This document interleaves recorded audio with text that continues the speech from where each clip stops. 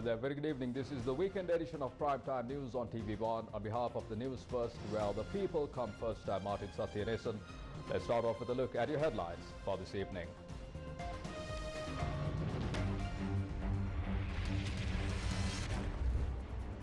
England win T20 World Cup. Winning runs, who else? It's always Ben Stokes with the winning runs. Police obstructions fail to deter mothers' protest.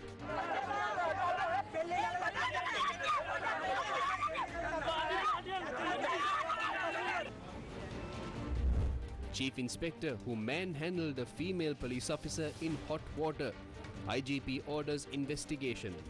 Wimal unwelcome in Kandy. Protest against Lanka Sabagya conference held in Kandy. 2023 budget aimed at long-term stable economic growth to be presented to Parliament tomorrow.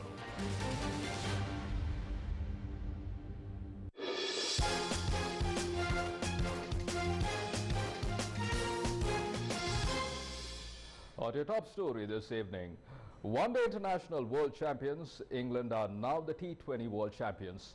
England beat Pakistan by 5 wickets to win the final of the 2022 T20 World Cup in Melbourne on Sunday.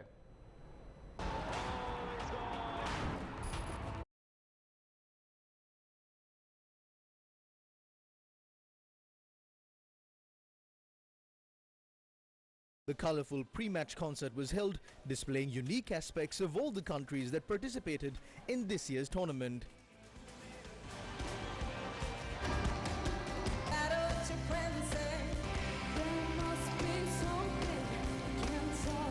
As a tribute to the late David English, who provided a yeoman service for English first-class cricket, England players wore black armbands.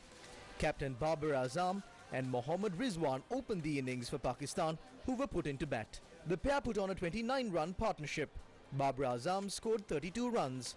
Inside England have hit the field.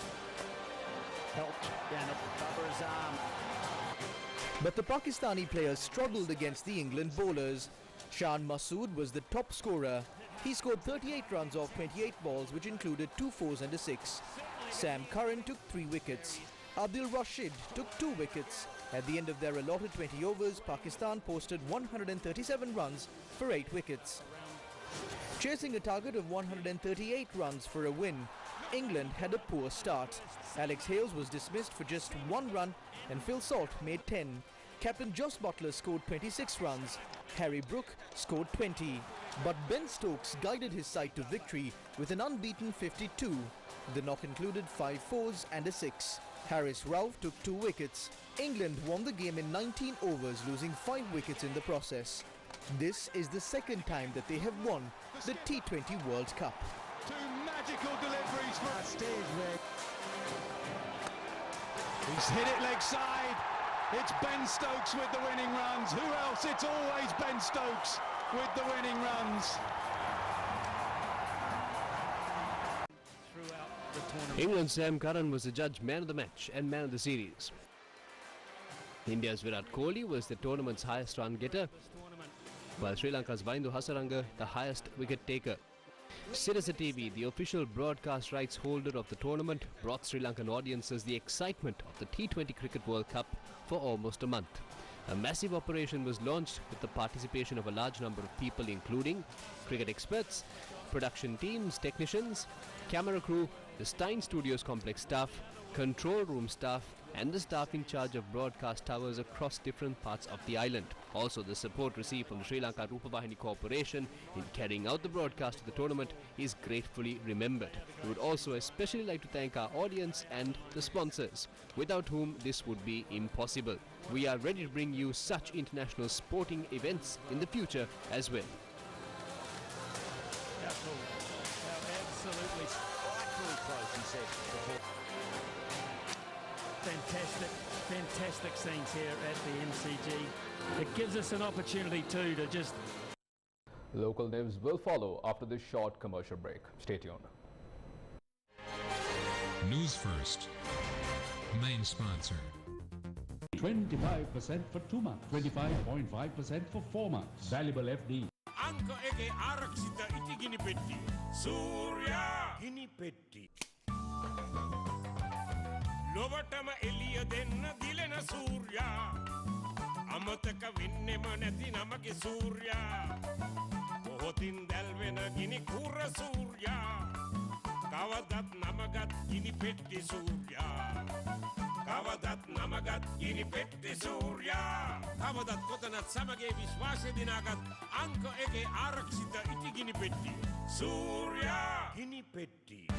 A trusted place for your fixed deposit. Valuable FD, 25% for 2 months, 25.5% for 4 months. Valuable FD, the symbol of stability. Ivan Satutin inne wiring karala. Wiring kirwe Eslon Polycon yodala. For your safety and the protection of the wires used in networking and AC wiring, Eslon Polycon cable trunking. Welcome back to the news. The Mothers' March that began from Kalutara yesterday, demanding for the release of the convener of the Inter-University Students' Federation, Vasanta Mudalige, and Venerable Siridama Theru, ended at Golface today. The protest march launched by the mothers began at about 10:30 on Sunday morning from Moratua. However, the protesters were obstructed by the police.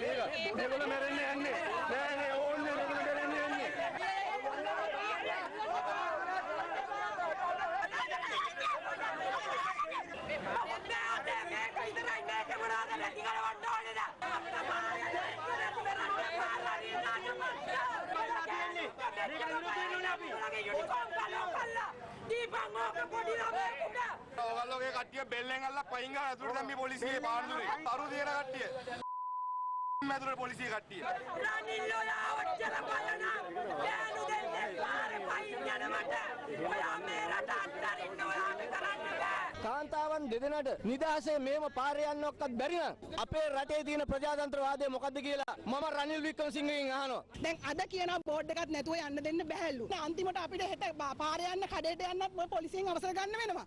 අද අපිට පාර වැහුවා හෙට ඔයගොල්ලන්ට පාර වහන්න පුළුවන්. අනේ පාස්කු ප්‍රහාරය අල්ලගන්නකො දෙයි හාමුදුරුවනේ පාස්කු ප්‍රහාරය තාම නෑ මහ මොලකරු හැංගිලාලු. පහසකරුත් දෙන්නම් අපි ඔයගොල්ලන්ට ගලවලා. ඒ උනාට මේ අනීතික අත්අඩංගුවට ගැනීම කරන්න එපා. The protesters then boarded a vehicle and began to travel towards Golface.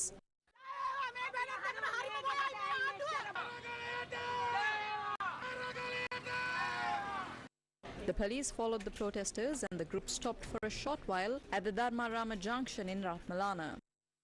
අපිට අපේ නිදහස නැති වුණා පයින් එන නිදහස නැහැ දැන් අපි වාහනේ යනවා ඉස්සරහින් බොඩි ගාඩ්ස්ලා වගේ යනවා පිටිපස්සෙන් යනවා මේ 1000ක් විතර වාහනත් එක අපේ පස්සෙන් එනවා මේක මහා මානසික වදයක් අපිට.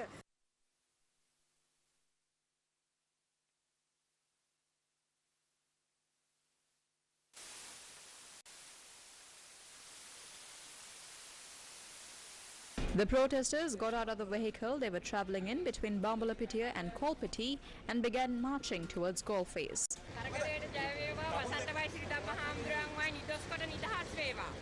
The protesters were seen speaking to the police officers cordially close to Golface.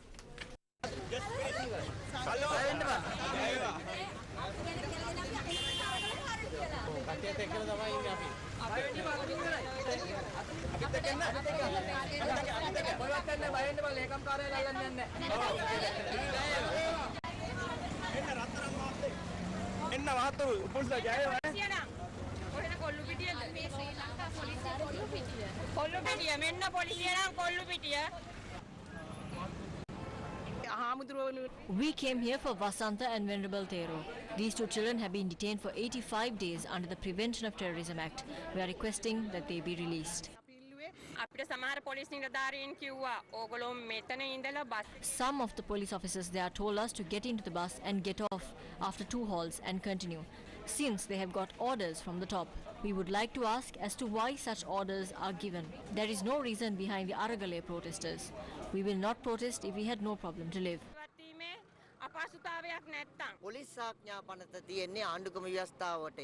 The police ordinance is below the constitution of the country.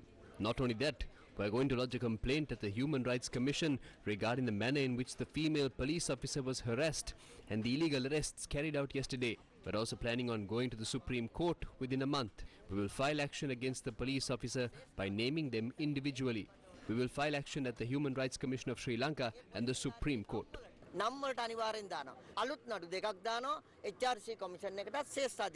They protested at Goldface for a while and then dispersed.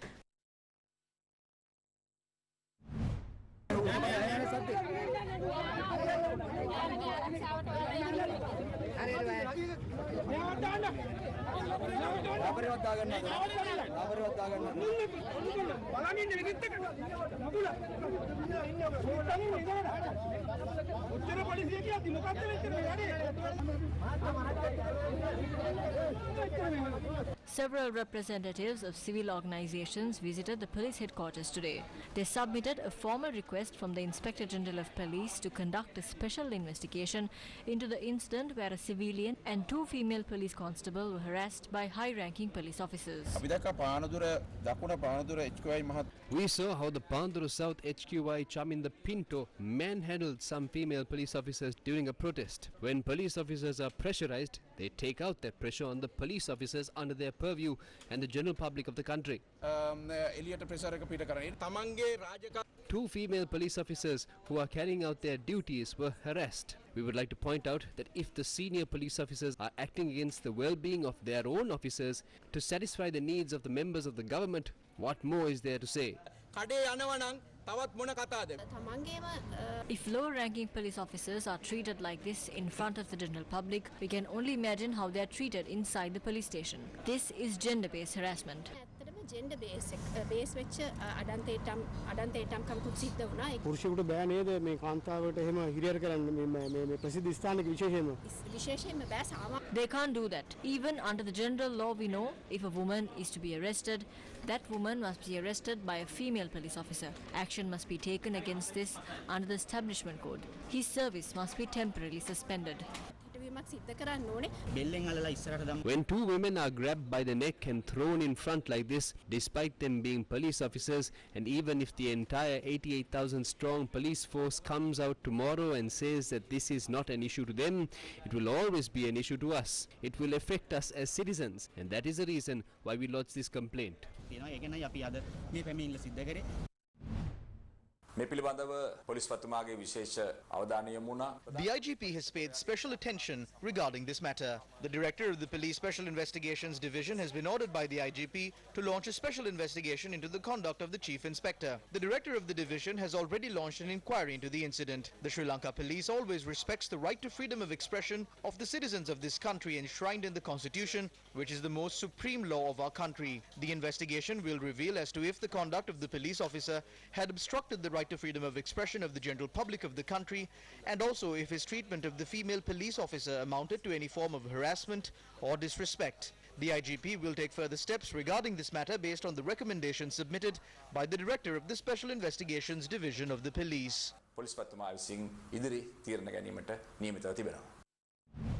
The members of the Free Women organization who were arrested during a protest yesterday spoke about the ordeal they had to face at a media briefing today.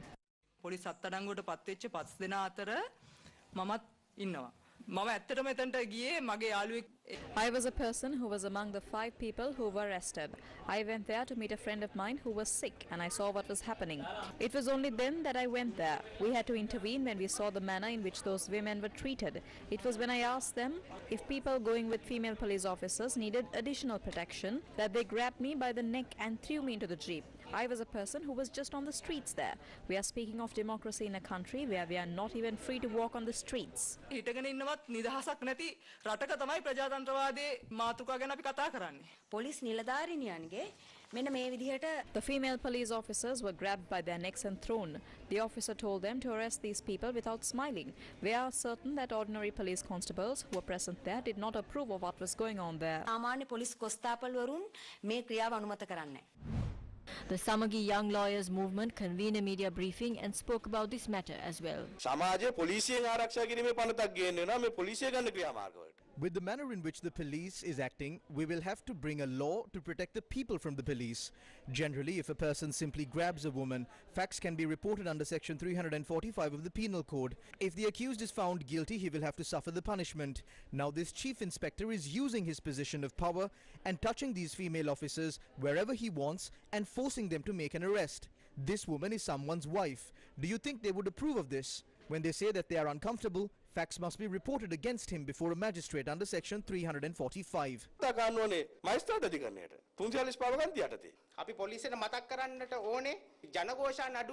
We need to remind the police that the Janagosha case was a case where many precedents were laid on how the people are allowed to exercise their freedom of expression. During this case, the judge said that the right to express support or dissent towards a political party or a government is a basic feature of a democracy. It also states that in such an instance, Section 78(1) of the police ordinance does not apply. The most important point is that the judge orders the Inspector General of Police to send a copy of this case to all police stations. We request the IGP to take a copy of this case and send it to all police stations across the country.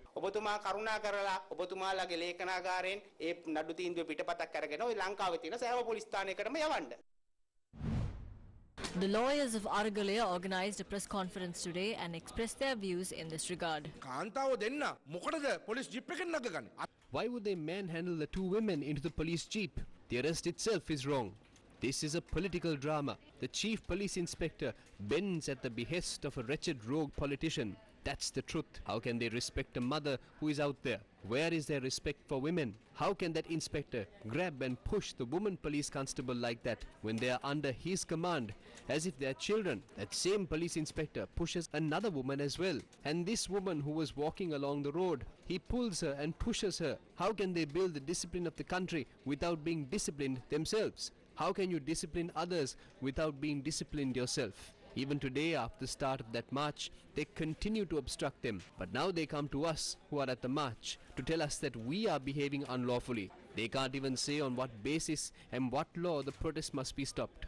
We strongly emphasize that the time has come for all police officers, from the lowest rank in the police to the Inspector General of Police, to think again about themselves. Otherwise, we have to state very clearly that the day when people will take the streets against the police is not far away. UN Resident Coordinator to Sri Lanka, Hana Singha Hamdi, raised concerns over the matter. She tweeted, quote, "Women in public life are often subjected to discrimination and personal attacks when they put themselves on the line of duty. They should be shown respect and their efforts should be recognized and appreciated," unquote. Meanwhile, two protesters who were marching from Kilinochi to the Presidential Secretariat in Colombo travelled from Negombo to Colombo under pious protection. The protesters were demanding for the people who were forcibly removed from their lands in 1990 by the LTTE to be given back their property. However, the two protesters were taken to the Kochikade police station after they were escorted to Colombo, according to our correspondent. The United National Party has issued a statement regarding the incident where a group including a UNP Pradeshya Sabha member of the Sitawaka Pradeshya Sabha, Sashi Hettiarachchi, arrived opposite the Chinese embassy in Colombo and demanded that Sri Lanka's debt be restructured. A group including a UNP Pradeshya Sabha member of the Sitawaka Pradeshya Sabha, Sashi Hettiarachchi, arrived opposite the Chinese embassy in Colombo on the 11th of this month. Speaking opposite the embassy, they said that the Chinese government provided unlimited loans without any conditions to the Rajapaksas. General Secretary of the United National Party, Palitharange Bandara, issuing a statement regarding this incident, said that the United National Party is not in any way involved with the said protest staged opposite the Chinese embassy, demanding for Sri Lanka's debt to be restructured. The statement further stresses that the party will decide on the action to be taken against a UNP Pradeshya Sabha member of the Sitawaka Pradeshya Sabha, Sashi Hettiarachchi, regarding her involvement in the protest without the consent of the party. හැමදාම රනිල් රාජපක්ෂ කරේ මෙන්න මේකම තමයි.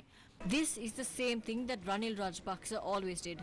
He has a few pawns and he puts them forward when he needs it. He has a group that he sends for chicken fights. I would like to ask if there is any discipline in the party. If a member of a Pradesha Sabha can just go and do something like that without the consent of a senior in the party.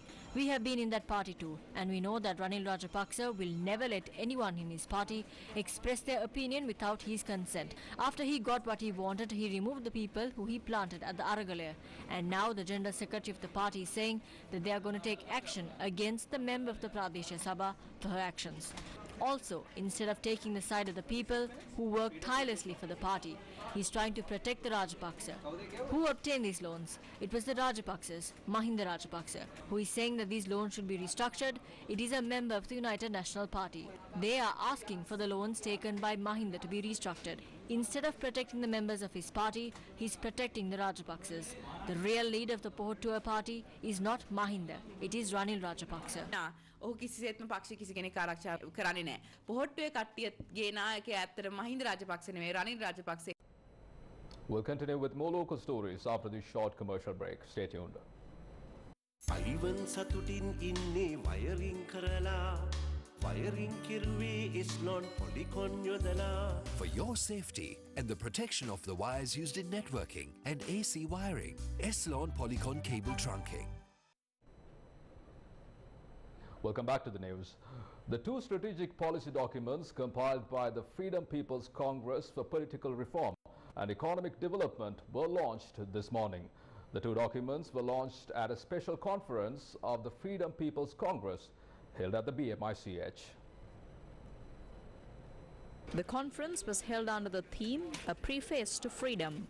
Representatives of political parties who are members of the Freedom People's Congress, leader of the opposition Sajid Premadasa, members of parliament and representatives of civil organizations were present at the conference.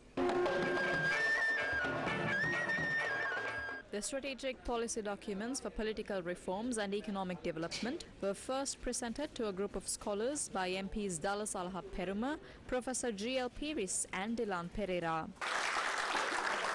It was then presented to all religious leaders led by the Mahasangha, while the politicians who were in attendance were also presented the policy documents.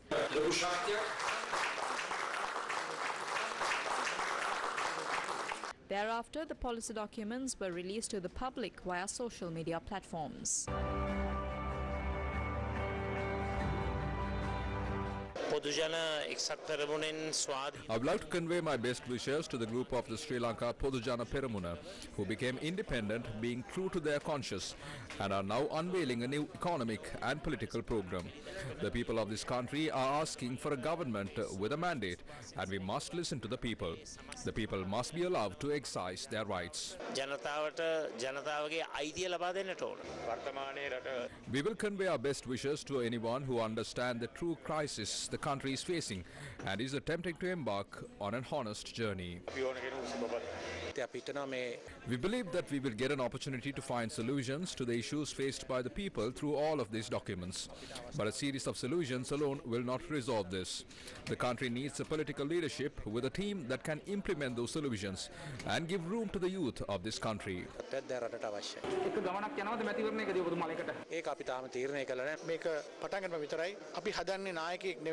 This is just the beginning. We are not creating a leader. We are rallying the people around a program. We are ready to accept any part in the program that is carried out against this government, against nepotism, corruption, fraud and arbitrary decisions.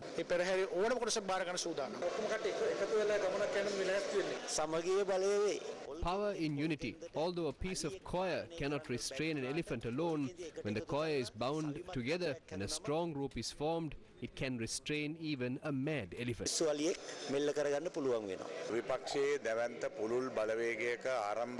We see this as the beginning of a broad opposition program.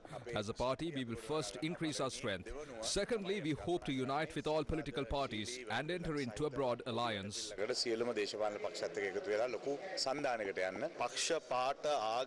I believe that at this point in time, the responsibility of the nation is to take the country forward based on a common agenda agenda instead of dividing ourselves based on party politics, religion and race. Also, the new government needs a mandate of the people to move forward. Therefore, I believe that everyone should ask for an election to be held.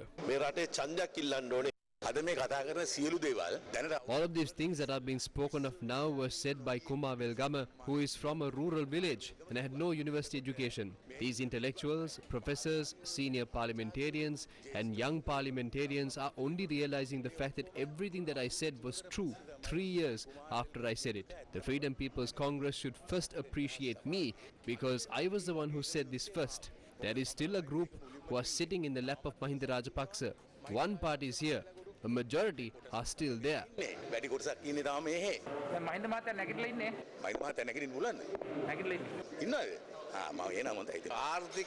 When speaking about economic crimes, nobody knew about them until they got caught. This is a funny thing. Discussion should be held on these matters and they should be exposed. Therefore, I believe that this is very important.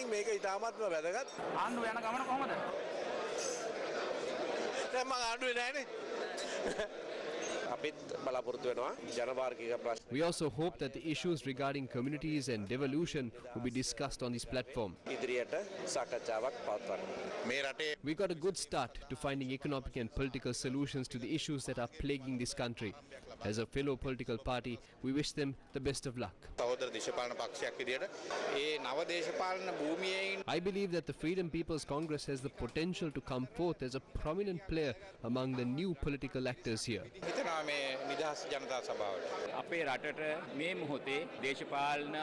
We need a team that can implement new political and economic reforms in the country, and I see some positive aspects in the policies that were unveiled today, but I don't know how the people will accept it.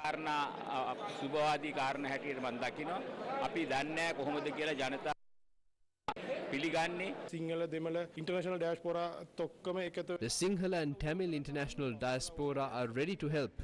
You can ask us for anything. You have issues in getting fuel and dollars. Discuss all of these problems with us. We are ready to support you by bringing down foreign exchange. Our hope is to move forward together as a team. In more local news, the Uttara Lanka coalition to rebuild the country was held at the Sri Pushpadhan Auditorium in Kandy today. The chairman of the Uttara Lanka coalition, MP Vimal Weerawansa, MP Vasudeva Nanayakkara and MP Gevindu Kumaratunga participated in this event. A group of people who were standing on the road in front of the auditorium started protesting as soon as MP Vimal Weerawansa was leaving.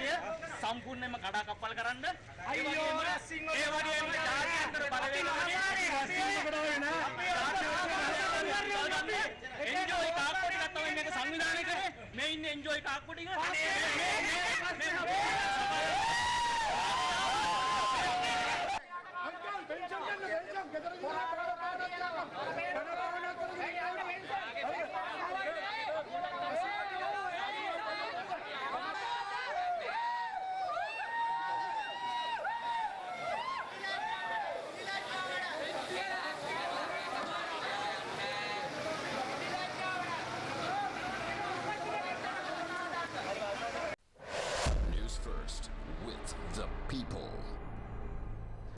The annual ADEX Sports Meet for the Disabled took place in Colombo on Sunday for the first time in 2 years since the outbreak of the COVID-19 pandemic. The event was organized by Colombo Friend in Need Society. The annual ADEX Sports Meet for the Disabled was held at the Rifle Green Grounds at the Air Force Headquarters in Sir Chithambala Megadi near Mawatha, Colombo 2 on Sunday.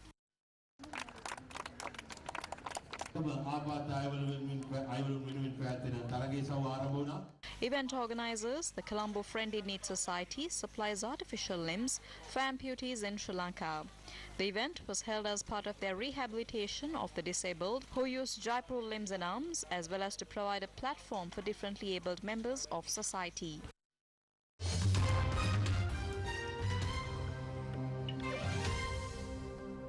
Shifting your attention to international news, the Democrats will retain majority control of the U.S. Senate after winning a pivotal race in the state of Nevada. Senator Catherine Cortez Masto is projected to defeat Republican challenger Adam Laxalt, who is backed by former President Donald Trump. The results amount to the best midterm performance for the sitting party in 20 years. The Democrats will now have 50 Senate seats, with Republicans currently on 49. The remaining seat, Georgia, is going to a runoff in December. In the event of the Senate being divided equally between the two parties, Vice President Kamala Harris has the casting vote. Republicans could still take control of the U.S. House of Representatives as votes continue to be tallied from a handful of districts after Tuesday's elections. If the Republicans win the House, they could still thwart much of President Joe Biden's agenda. More news will follow after this short commercial break. Stay tuned. අද ලක්ෂක වටිනාකම රුපියල් 40000යි. ආත්මේ ගොඩ ගන්න පුළුවන් ක්‍රම දෙකයි තියෙන්නේ. මෙන්න ආණ්ඩු 6ක විතර එක දිගට ඇමතිකම් දරපු පිරිසක් ඉන්නවා. නව පරිවර්තනයක් අපේ රටට වුණා. අන්න එතකොට මේවා අගමුල ඔක්කොම මහජනයාට දැනගන්න පුළුවන්. ඕ IMF එකත් එක්ක අසංගරමු කිවිසුම. Final card.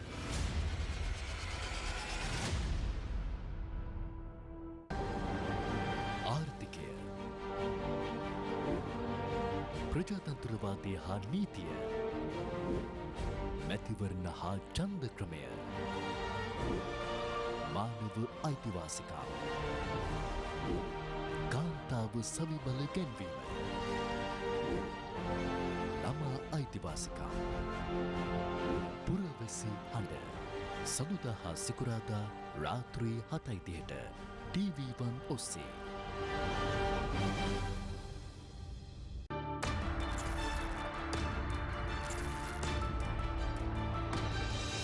Open, honest, hard-hitting.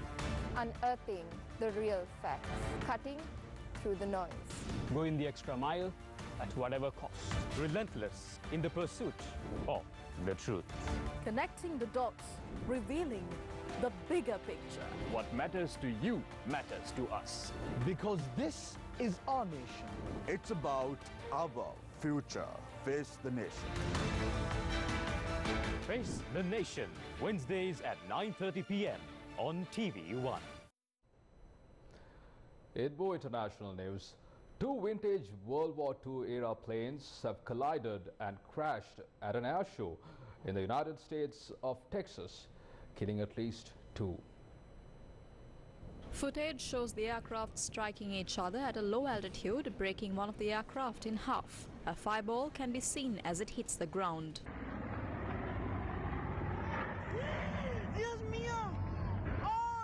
The planes, one of them a Boeing B-17 Flying Fortress, were taking part in a commemorative air show near Dallas. It was not immediately clear how many people were in the two aircraft. The Allied Pilots Association, which represents American airline pilots, said Terry Barker and Len Root, two of its former members, were among people who died in the collision. A look back at your local news. The budget for the year 2023 is due to be presented to Parliament tomorrow.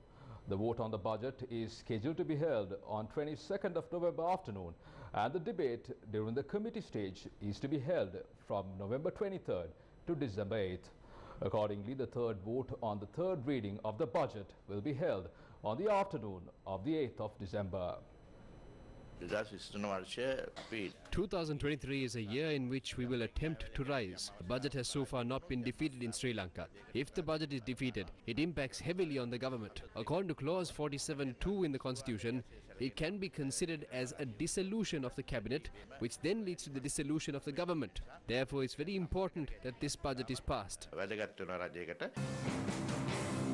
Meanwhile, State Minister of Finance Jehan Singh has said the third round of negotiations with the IMF authorities will be initiated on the 17th of November. Now, our main focus is on the discussions being held with bilateral creditors. Our main creditors, countries such as China, India and Japan, have already granted us the preliminary assistance necessary for this. Now what we need to do is to give the relevant financial assurance to the IMF. If we change the current policy decisions we have taken, the country could go down a more dire path than before during the months of March, April, May and June. Therefore, we need support more than ever now, especially within Parliament. We are happy about the assistance extended to us by the opposition.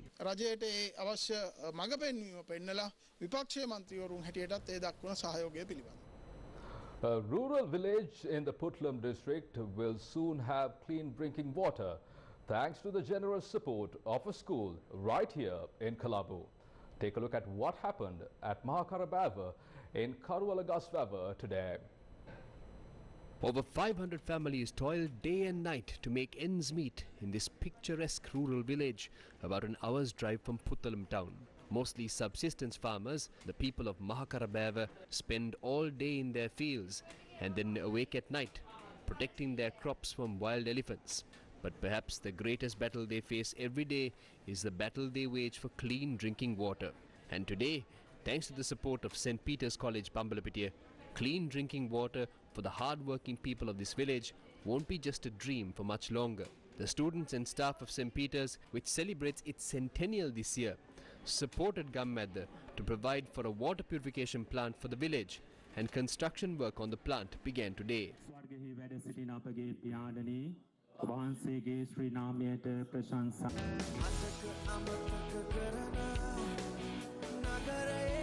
The principal of St. Peter's College, Bambalapitiya, Reverend Father Rohit Rodrigo, spoke about the initiative his school took to support Gammadda.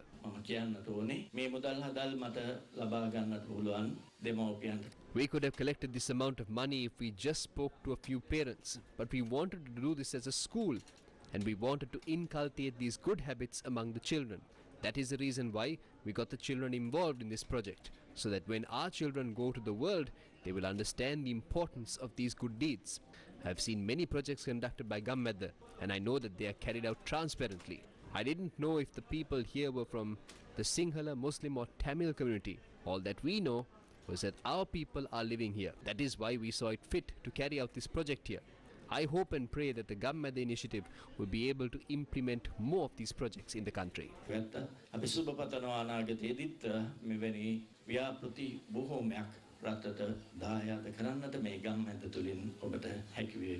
Technical support for the project was provided by the Sri Lanka Navy, with Lieutenant Commander Asanka Navaratna participating in today's event, along with the Puttalam District Secretary HMSP Herath and OIC of the Karuwalagasvava Police, Sujiva Alavatta. The project will be completed under Gammadda Accelerated Development Drive and then handed over to the people of Mahakarabava. I would like to inform you, the students here, that no matter what the future holds for you, the fact that you help children in a rural village get some water will always remain in your heart. The same philosophy spoken of by the principal is the philosophy of Gammadda. That is why the Gammadda initiative was conducted successfully for over a decade with the support of the people.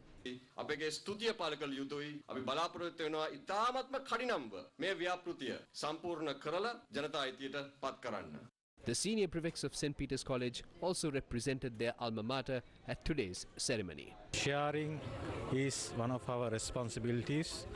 That's why we are here to share our joy with the people as we mark the centenary year celebrations in our college. Our rector, Reverend Father Rohit Rodrigo, had taken the initiative to support Gammadda, develop these villages and the things they do towards this country. The students and staff of St. Peter's also took time to visit the Tabbua Mahavidyalaya and spend time with the students of the school and join them in a tree planting initiative. With the support of the people of Sri Lanka, youthful leadership, meticulous planning and a relentless commitment to the betterment of rural Sri Lanka, Gammadda is a movement that is truly made in Sri Lanka.